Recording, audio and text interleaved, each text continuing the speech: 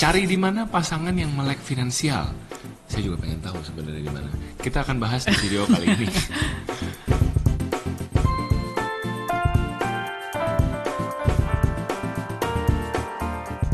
Hai guys, welcome back to our channel. Kembali lagi dengan gue Samuel dan ini istri gue Claudia. Kami pasangan suami istri kantoran dalam perjalanan memaknai financial independence. Di channel ini kalian akan temukan video-video seputar karir, keuangan, adulting, dan topik-topik menarik lainnya. Jadi kalau kalian suka dengan apa yang kalian tonton di sini, jangan lupa untuk subscribe dan share video ini untuk support terus channel kami. Kali ini kami dapat email dari satu teman kita, sebut saja namanya WS. Ya, udah. Si WS ini adalah seorang yang sedang galau, sedang mengalami masa-masa krusial nih dalam hidupnya. Karena sepertinya dari sisi karir, kalau dicerita ya, dia sudah cukup baik. Dari sisi manajemen keuangan pun sudah cukup baik. Dia sekarang sedang mengalami kegalauan. Kegalauannya seperti apa? Kita baca aja emailnya. Dear Kosem dan Cik Claudia, perkenalkan saya WS. Saya adalah seorang dosen dari sebuah universitas swasta. Kebetulan saya terapin frugal living, hidup di kos yang murah sekali, makan makanan sederhana seperti makanan warteg dengan gaji rata-rata 10-13 atau terkadang mencapai 14 jutaan. Lumayan ya. Puji Tuhan bisa nabung dan mempraktekkan prinsip frugal living dari Kosem dan Cik Claudia. Saya baru mulai merintis karir full time itu umur 28 tahun kok sebagai dosen, dan di umur 30 sekarang sudah terkumpul kira-kira total aset 450-500 jutaan. Wih, bukan main. Di umur 30 ini ada dorongan untuk menikah. Dan sekarang sedang dalam tahap perkenalan ke beberapa perempuan. Cie-cie. Masalahnya, semua perempuan yang saya kenal, hampir dari jawaban pertanyaan seputar finansial yang saya berikan tidak sesuai ekspektasi saya. Aduh, banyak perempuan yang tidak memiliki dana darurat. Ini hebat juga tapi ya, baru kencan bisa nanya, kamu punya dana darurat apa enggak gitu. Ini masuknya kapan gitu ya? Pas lagi makanan pembuka, makanan utama atau pas dessert nih gitu. Oke, pasti bukan dalam kondisi lapar ya. Kalau lapar mungkin nggak dijawab. Lanjut dulu aja dijambak. Banyak perempuan yang tidak memiliki dana darurat, bahkan jika ditanya, dana pribadinya dianggap dana darurat selama 3-4 bulan. Itu gimana tuh maksudnya dana pribadinya dianggap dana darurat? Dana darurat memang dana pribadinya dia kan? Ya, masa dana omnya? Ya. Maksudnya dana pribadi apa ya? Mungkin kita nanti bisa dapat klarifikasi dari WS. Oke. Nah, selain itu tidak ada satupun yang memiliki investasi untuk tujuan keuangan, terutama untuk pernikahan. Sehingga membuat saya cukup sedih dengan realita yang ada. Saya juga sempat berpikir jika nantinya menikah, uang saya akan dipakai habis karena kebiasaan atau karakter perempuan yang saya nikahi nantinya yang tidak melek finansial. Menurut Ko Samuel, apakah seorang pria harus mencari pasangan yang melek finansial, frugal living, dan lain-lain?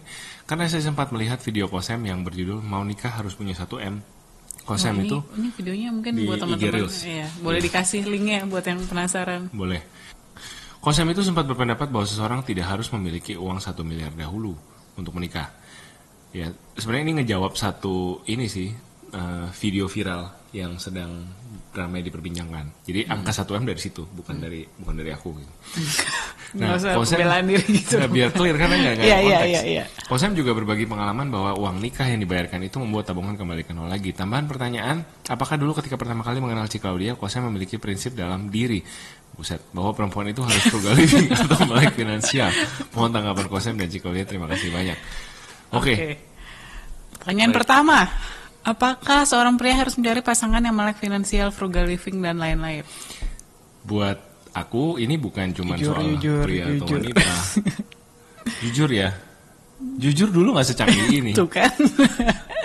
Cewek cakep, diajak ngobrol nyambung, dia ketawa kalau gue ngelucu, ya udah gue deketin gitu. Jujur dulu gak secanggih ini teman-teman. Cuman gue lihat, ya mungkin nih si teman kita WS ini pendekatannya sangat terstruktur gitu. Kalau aku tuh dulu ya masih ada lope-lopenya, suka gitu, lihat dia di kampus lucu ya itu, ting.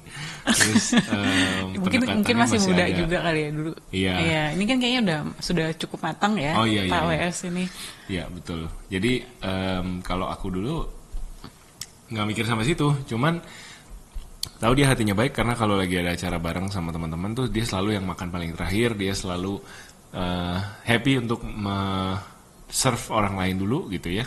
Makan orang lain makan, semua dia baru makan. Nah itu yang bikin aku jatuh hati. Jadi bukan sisi ininya dulu. Jadi kalau menurutku mungkin calculated risk seperti ini perlu ya dilakukan oleh WS karena faktor umur juga dan faktor apa ya, masa hidup ya, season of life yang udah beda gitu. Masa hidup ya udah. Oke. Iya, mungkin Iya, gitu. oke, menambahkan.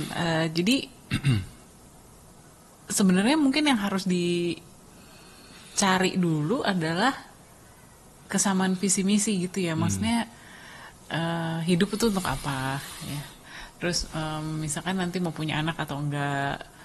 Terus kedepannya tuh rencana hidup kedepannya tuh mau gimana sih 5 tahun, 10 tahun ya. Maksudnya tentunya tidak ada yang tahu ya masa depan kita akan seperti apa. Tapi bayangan aja gitu. Oh ya kira-kira saya mau terus kerja. Oh kira-kira saya mau jadi ibu rumah tangga. Oh kira-kira saya mau hidup seperti ini, hidup seperti apa sih yang dibayangkan. Mungkin yang satu, karena yang satu misalkan kalau mau punya hidup seperti Inces gitu ya di rumah 2 hektar gitu di tengah kota, yang satunya mau hidup sederhana di pinggiran kota Jakarta, tentunya ini nggak jadi susah gitu ya menyamakan gitu. Jadi mungkin yang harus disamakan dulu visi misi dalam hidup gitu ya ke depannya gitu. Bukan soal melek finansial atau tidak gitu ya. Karena melek finansial atau tidak itu sesuatu yang bisa belajar ya. Sebenarnya. Tapi yang kita yang susah adalah sebenarnya kan karakternya, bertanggung jawab nggak, orangnya mau kerja keras nggak, disiplin nggak, nilai-nilai yang dia pegang dalam hidupnya itu seperti apa gitu ya. Iya nggak sih? Kayak gitu nggak sih? Bener sih. Iya. Kalau misalkan kita hanya sebenarnya nggak salah untuk fokus ke technical skill ya. Tapi agak gimana ya? Bukankah yang kita cari adalah teman hidup, bukan bisnis partner. Kalau kita ngomongin bisnis partner, mungkin kalian akan baca bisnis plan-nya, kalian akan baca CV. Bukan bisnis projection-nya Business gitu kan. projection. Kira-kira tanam modal segini, balik modal segini, gimana gitu. Nah, with your partner, there's always an element of risk. Nggak bisa selalu saya udah check all the box in the book dan pasti bener yakin nikah sama dia kalau dia punya skill-skill ini. Belum tentu, karena namanya manusia.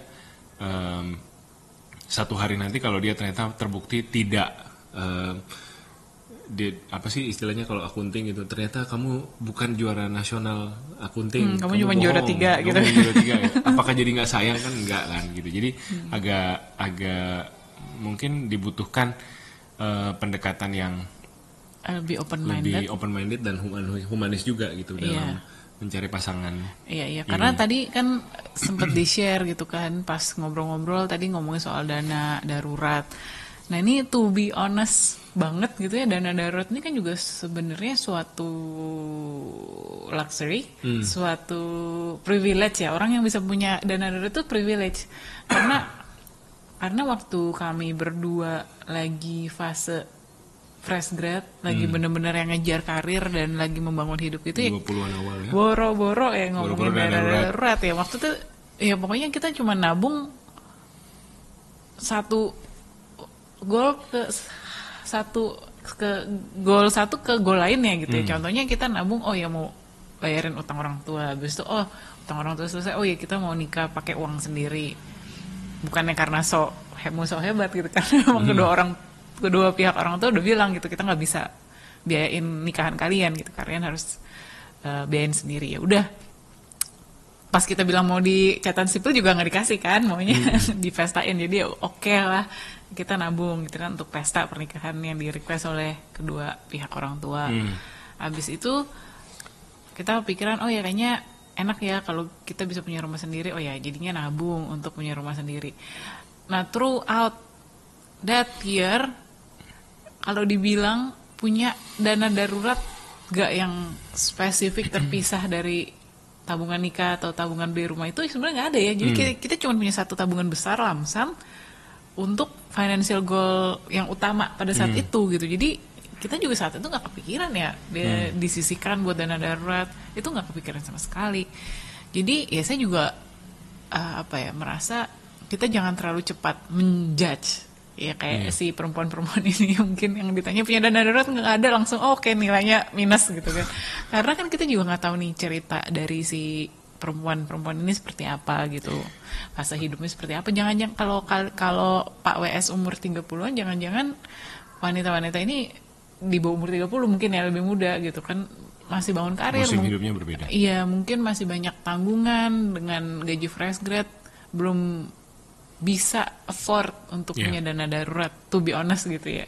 Ya masa kita nggak tahu, tapi kan yang bisa dilihat dia gimana interaksinya sama orang tua, dia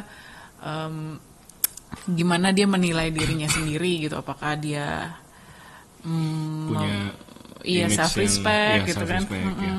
Menghargai dirinya. menghargai dirinya sendiri, apakah dia Menghargai kamu. Iya, menghargai kamu gitu kan. Terus ya itu maksudnya gimana ya, dia ini enggak sih perilaku konsumtifnya itu seperti apa, mengkhawatirkan enggak, misalkan dia ya kan kadang-kadang pinjol terus, atau mungkin kamu tahu oh gajinya dia mungkin cuma sekian, kerjaannya dia cuma sekian, tapi kok bisa afford barang-barang yang sebenarnya di luar kemampuan finansialnya. Jangan pacarnya bukan cuma kamu. Wow, overthinking. Jeng jeng. Indosiar. Zoom in zoom out. Nah, terus aku mau komen soal frugal living atau melek finansial. Apakah harus punya prinsip ini? Nah, frugal living ini sekali lagi kami nggak pernah di channel ini bilang bahwa itu satu-satunya jalan hidup. Kami selalu bilang ini adalah jalan hidup yang kami jalani. Bahkan sering dijudge juga gitu. Ketika orang lihat di belakang ada kipas angin Dyson, kenapa kipas angin Dyson? Frugal living yang sejati adalah kipas angin Cosmos gitu. Ada loh yang komen begitu. Oh ya udah nggak apa-apa gitu. Karena memang interpretasinya beda-beda dan kami ada di musim yang mungkin berbeda dengan teman-teman yang tadi yang kipas anginnya harus Cosmos tadi. Buat aku ada banyak cara untuk kita membangun hidup, ada banyak cara untuk kita membangun kestabilan keuangan, dan cara kami adalah lewat frugal living versi kami. Ini aku baru ketemu sama orang yang dia membangun hidup dengan berhutang. Jadi dia nggak percaya dengan berhemat, dia nggak percaya dengan menabung, mengumpulkan net worth, dia berhutang ala Robert Kiyosaki gitu. Jadi hutang, bangun asetnya dilego ke bank, dapat hutang baru, bangun aset lebih besar, hutang. Dan aku sih stres dengar ceritanya, jujur. Aku mungkin nggak akan bisa ngikutin, tapi buat orang ini it works, dan dia punya wawasan untuk melakukan itu secara calculated gitu. Jadi buat aku kita boleh ngobrol sih, bertukar pikiran soal prinsip ini, tapi apakah kemudian frugal living itu harus dimiliki? Ya itu balik lagi ke masing-masing orang ya, karena nggak bisa diterima semua orang sebenarnya itu gaya hidup super frugal, menabung 50% dari penghasilan, 80% dari penghasilan, pasti ada yang nggak bisa terima, pasti ada yang merasa lu medit amat hidup kayak gitu, stres, menderita, mau sampai kapan, atau ya mungkin ada prinsip-prinsip lain yang dia anut gitu. Jadi buat aku keep it open mind, dan keuangan itu it's a big part of your marriage life gitu ya. Tapi itu hanya satu hal dari kalian akan bersahabat selama hidup gitu kan dengan pasangan kalian. Ada faktor ngobrolnya, ada faktor kalau kamu ngejokes dia ketawa apa enggak gitu. Makanannya seleranya sama apa enggak. Dia ngerti enggak kalau kamu lagi sedih atau lagi down, gimana cara handle kamu misalkan gitu ya. Kasih soto padang. Dan sebagainya gitu. Jadi it's very broad. Iya, dan ya itu tadi ya definisi frugal living buat orang pun beda-beda ya. Maksudnya kan ada orang yang tidak menganut frugal living pun tidak apa-apa. Nah, buat para orang-orang yang menganut frugal living pun itu pun beda-beda kan. Balik lagi kan kalau dari kami sendiri, kami merasa frugal living itu bukan soal kompetisi beli barang paling murah bukan atau adu miskin. Iya, hidup paling sengsara gitu kan, karena ya itu kita punya berkat kan, berkat juga harus dinikmati ya selama kita hidup, tentunya ya dengan bijaksana gitu ya, nggak semua berkat kita buat habisin hari ini, enggak gitu ya. Prinsip kami adalah tentunya kami nabung sebanyak-banyaknya. Oke, jadi tadi maksudnya frugal living tadi tuh, jadi ini susah nih, misalkan kita menilai ada orang cewek ya, maksudnya kita ngomongin perempuan ya, ada perempuan dia ketemu kamu misalkan dia pakai tasnya apa Coach gitu, terus kita pikir ini orang boros ya gitu ya, kita nggak tahu ya, taunya ternyata papanya gajinya dia ternyata besar banget gitu, ternyata posisinya, dan dia sebenarnya bisa bahkan afford untuk lifestyle yang jauh lebih daripada itu kan, kita nggak tahu itu sudah frugal di level dia gitu. Iya, sebenarnya misalkan iya, dan di sisi lainnya kita ngeliat orang pakai ya perempuan B gitu kan, dia juga pakai tas yang sama gitu, tapi ternyata dia belum di level keuangan yang bisa afford tas itu gitu. Ya itu kan berarti yang satu frugal, yang satu enggak gitu kan. Jadi frugal itu by definition is very very objektif ya, very subjektif ya, very subjektif ya. Gitu. Jadi ya. Nah, mungkin selanjutnya adalah gimana cara ngetesnya gitu kan. How to test the relationship, what are the signs that you can see in that relationship. We are not relationship expert, aku cuma akan ceritain apa yang dulu aku lihat dari Clau. Ingat-ingat soal financial habit gitu ya, yang aku appreciate dan bikin aku yakin gitu untuk, karena kita laki-laki ada mindernya kan, kita merasa wah gue nggak bisa nih ngeluarin uang untuk hubungan ini, gue nggak mampu gitu. Nah pada saat bersama Clau itu gue nggak merasa gue dijorokin, yuk majulah sendiri berjuang gitu, tapi kita banyak hal-hal yang kita tuh tanggung bersama. Jadi waktu itu kami tinggal di Jepang, kita suka sharing isi kulkas. Jadi belanja yuk, tapi kan kalau belanja untuk sendiri-sendiri itu kan lebih mahal. Jadi beli kol satu bulat gitu kan, kalau nggak dimakan berdua, kolnya cepet basi. Layu, dan masa seminggu makan kol terus gitu kan. Jadi ada variasi gitu. Nah kita jadi kompakan gitu. Yuk kita belanja bareng. Belanjanya juga naik bis gitu. Kita gotong-gotong belanjaan sama-sama berat-berat. Masukin kulkas gitu. Terus aku juga melihat waktu kita celebration gitu ya, kita ya things that we celebrate lah ya, zaman itu kan apa juga di celebrate, tanggal jadian 1 bulan, tanggal jadian 2 bulan gitu. She always appreciate yang gue kasih itu hal-hal yang sebenarnya kalau dilihat secara value uang tuh nggak ada. Gue bikinin dia CD, gue bikinin dia buku puisi gitu, tapi dia bisa mengappreciate itu dan apa ya, mungkin dalam hati kayak apaan sih ini gue dikasih ginian gitu, tapi dia bisa appreciate gitu, dia bisa tunjukkan apresiasi bahwa gue juga orang, I'm that kind of person yang bisa kasih romantic gesture dan itu meaningful buat dia. Lalu mungkin another thing ya, pada saat lagi going out gitu ya, lagi hang out, perhatiin dia berusaha nggak ngebayarin sekali-sekali gitu, berusaha nggak split bill sekali-sekali. It's not so much about chivalry anymore kalau kamu yang terus-terusan bayar dan there's never a conversation about money at all. Kayak udah assume bahwa lu akan bayar terus. Nanti kalau udah menikah gimana gitu kan. I think it's important to apa ya, buat I don't know if I'm gonna get hate for this, tapi coba tes gitu ketika bayar, ceweknya ngeluarin dompet nggak gitu, ceweknya basa-basi nggak, atau offer untuk jangan kamu terus lah, kita kan sama-sama kerja. Itu kata-kata Clau, kita sama-sama kerja, saya sama-sama makan makanan ini, saya juga mau bayar. Itu yang gue melihat dia perempuan yang punya value gitu. Nah ada apa lagi tips bagaimana ngelihat? Iya mungkin nambahin itu ya soal chivalry itu. Mungkin ini kan kita punya anak cewek ya, punya anak perempuan juga, dan ini satu hal yang mungkin mau saya ajarkan juga sih ke anak saya gitu. Maksudnya ini bukannya soal kayak tadi ya, kalau cowok karena gue gentleman dong gue bayarin gitu, atau ya maksudnya karena apa ya, maksudnya hal-hal gender seperti itu sih saya kurang bisa ngerti gitu ya, karena yang harus dilihat gitu kan ya, maksudnya ini beyond gender gitu ya, maksudnya itu tadi kan ada tanggung jawab nggak, ada kerja keras nggak ya, maksudnya kita juga lihat kemampuan finansial dia. Orang kalau misalkan kita sama-sama susah, maksudnya masih sama-sama membangun hidup, sama-sama kerja ya, tadi kan makannya sama-sama ya, sekali tawarin lah itu untuk gantian bayar, toh juga yang makannya juga sama-sama kan. Dan sebenarnya ini juga ini sih mindset teamwork. Tadi kan saya udah mention dikit ya. Kalau misalkan kita udah nikah kan nggak ada lagi uang kamu, uang saya, yang ada uang keluarga ini atau ya uang kita bersama. Jadi sebenarnya mau bayar dari dompet siapa juga sama aja gitu ya. Mau bayar dari dompet suami ya mengurangi juga gitu kan, di hitungannya expenditure juga di keluarga ini, di Excel keluarga ini gitu. Mau keluar dari dompet istri juga sama juga hitungannya, kecuali dompet tetangga yang bayar kayak itu mah alhamdulillah ya. Sering-sering ya. Tapi kalau misalkan dari suami sama istri mah ya sama-sama aja. Maksudnya ini kan sebenarnya begitu pun juga pas lagi pacaran, itu kan sebenarnya mindsetnya gitu. Mindsetnya melihat ini kita satu tim loh gitu. Ini bukannya kayak satu orang lagi berusaha taking advantage dari orang lain gitu. Oh ya, yes, diajak makan dibayarin nih gitu ya. Jangan gitu kan, ini this is going to be your teammate and your partner. Kalau dia dia bangkrut gitu atau dia dalam kondisi keuangan yang kesulitan, ya kan kalian berdua dulunya sebenarnya sama-sama sulit gitu. Jadi ya mindsetnya itu sih yang harus ada di kepala gitu ya, bahwa this is teamwork gitu. Ya.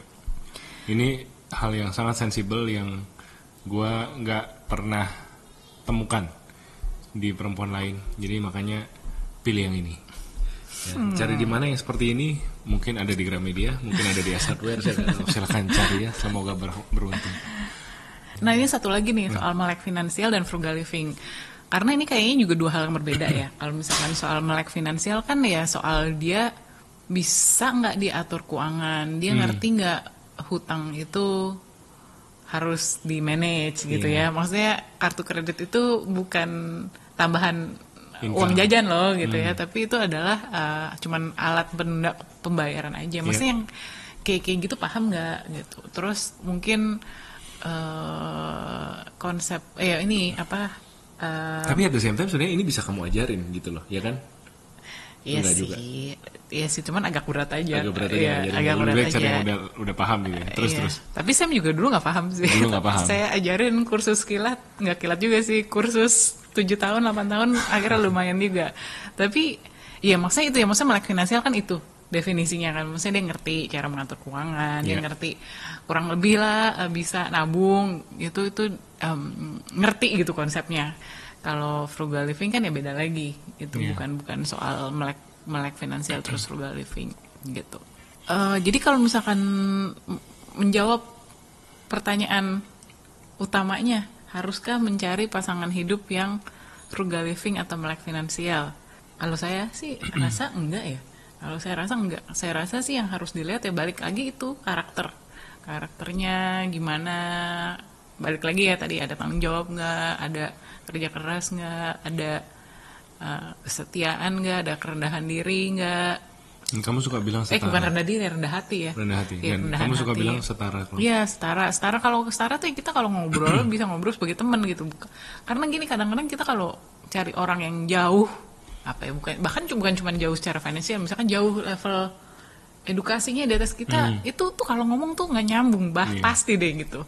Bukannya nggak akan works out gitu, karena ada juga pasangan-pasangan yang kayak gitu dan ya works aja gitu. Cuman I think it will help to build the friendship, the relationship if we can have an open conversation gitu ya from the start. Jadi tanpa judgment, tanpa rasa minder, itu penting gitu ya. Sama tadi itu visi misi hidupnya apa, itu juga harus sama.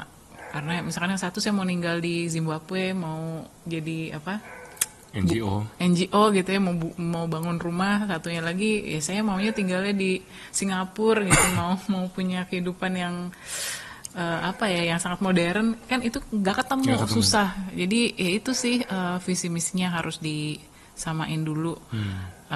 Karena hal-hal lain seperti ya tadi ya melek finansial, bangun finansial bareng-bareng itu kalau ada visi misi yang sama gitu ya, kalau ada karakter yang baik, harusnya sih bisa ya. Bisa. Melek finansial itu skill sebenarnya yang bisa dipelajari ya. Iya, bayanginnya kayak otot ketika kita nge-gym gitu, makin lama semakin dilatih ya makin kuat. Ya itu maksudnya attitude yang kita cari, makanya dia bisa dengerin, dia bisa dengerin nggak, bisa kalau dibilangin dia mau terima nggak, apa marah gitu kan. Jadi, aku laki-laki, kamu perempuan. Tahu apa kamu? Wah, Indosiar lagi. Ya, jangan terjebak ya guys dalam hubungan yang seperti itu. Setara sih lebih penting ya, karena cara Tuhan berkati kita tuh juga macam-macam. Kebetulan aja kami jalannya frugal living. Kebetulan aja kami jalannya lewat jalur kantoran. Siapa tahu setelah kalian bersatu dan komunikasi baik, dikasih bisnis atau dikasih apa gitu ya, kita nggak pernah tahu. Jadi Sultan living kan itu juga sesuatu yang bukan. Bisa jadi. Ada beberapa teman kami yang seperti itu gitu, dan ya tetap jadi teman, cuman memang gaya hidupnya berbeda. Kemana-mana selalu naik bisnis kelas, anaknya sekolah di sekolah internasional yang mahal sekali, rumahnya di penthouse di tengah kota gitu ya. Ada orang-orang dengan panggilan hidup seperti itu, dan nggak apa-apa gitu ya. Iya, Itu nyamannya mereka dan mereka nggak nyusahin orang. Iya, asal legal ya, asal Iya. semuanya bukan hasil tipu-tipu ya. Iya betul. Itu nggak apa-apa. Jadi gaya hidup sebenarnya selama kita bisa pertanggungjawabkan, feel free to live any kind of lifestyle that you want. Tapi pas cari pasangan ya itu makanya harus yang lifestyle-nya kurang lebih sama ya, yang diinginkan kurang lebih sama. Ya, jadi nggak bisa dong kayak sinetron Indosiar apa. Ya ada aja OB sih. dengan majikan yang direktur gitu ya. Ada aja sih yang works out ya pasti di dalam dunia ini jarang kan. Ya? Cuman kayaknya jarang dan agak susah pasti penyesuaiannya. Komunikasinya harus dibangun dengan kuat tadi. Oke. Yaudah. Iya, ada tips apa lagi mungkin? Ada cewek-cewek melek finansial dan frugal living yang siap kenalan sama Pak WS. Aku WS aku gitu. Kontak aku ini IG handle aku gitu. Ya, buat kalian yang punya pertanyaan serupa, pengen cerita, pengen DM di Instagram tapi kependekan ya, pengen ngetik yang panjang cerita gitu seperti ini teman kita WS ini.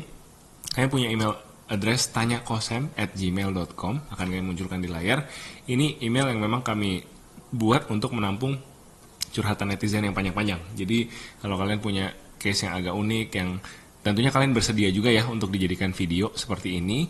Kami biasanya tidak menyebut nama, kami berusaha merahasiakan identitas kalian sebagai pengirim.